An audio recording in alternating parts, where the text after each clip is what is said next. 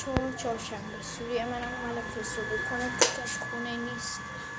بچه ها من یه یوتیوبر تازه هستم، اسام سیتی، از کانال اسام سیتی. گفتن چهارشنبه سوری چیز بکنم، خودم رو معرفی کنم چون که کسی نیستش.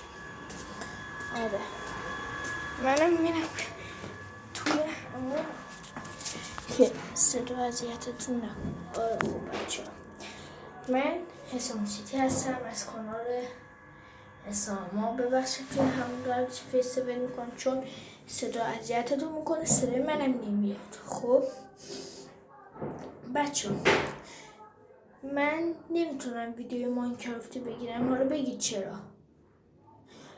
به خاطر اینکه من گوشیم این چیزا نداره که ویدیو بگیرم از چیز پلی بدم بازی رو. خوب به خاطر همون جاش اومدم چیز ببینیم کدوم کارتا معروف تره. یه قصاص دارم.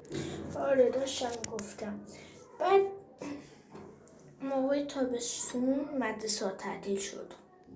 مادر من میخواد برای من عینک واقعیت مجازی بخره با یه گوشی جدید. خب هر موقع اون گوشی جدید رو گرفت ویدیو میگیرم میذارم توی عینکه، بعد میزنم بازی رو ببینید. خب بعد هر بازی هم بگید انجام میدم، ترسناک نمیدونم چی. یکی هم اومده از توی آپارات دیگه میخوان چیز بکنن، چون بعضیشون از توی آپارات ویدیوهای من رو دیدین.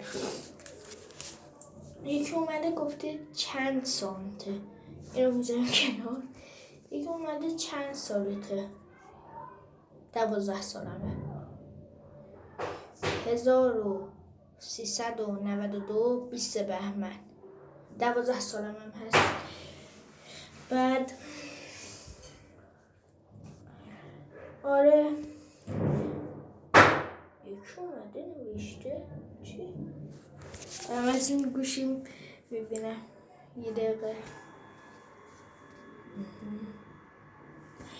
یکی اومده نوشته کجا زندگی میکنیم؟ داداش باشه میگم شهرک امام حسین، خیابون نجاری، میان دوم، کوچه خیابون نجاری، خیابون شهید محمد، کوچه میان دوم، بوده میان یکم. آره ولی چند تا سال بوده، شاید سال بعدی هم هستش انجام میدیم.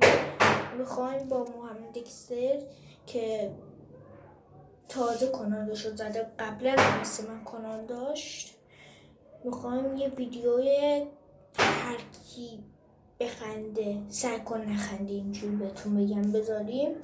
بعد سعی کن ناراحت نشی و سعی کن نترسی و اینجور چیزا میخوایم بذاریم تا موقعی که چیزمون بیاد دیگه، عینک واقعیت مجازیمون. آره ببخشید این فستیول چیز بودش، کم بودش.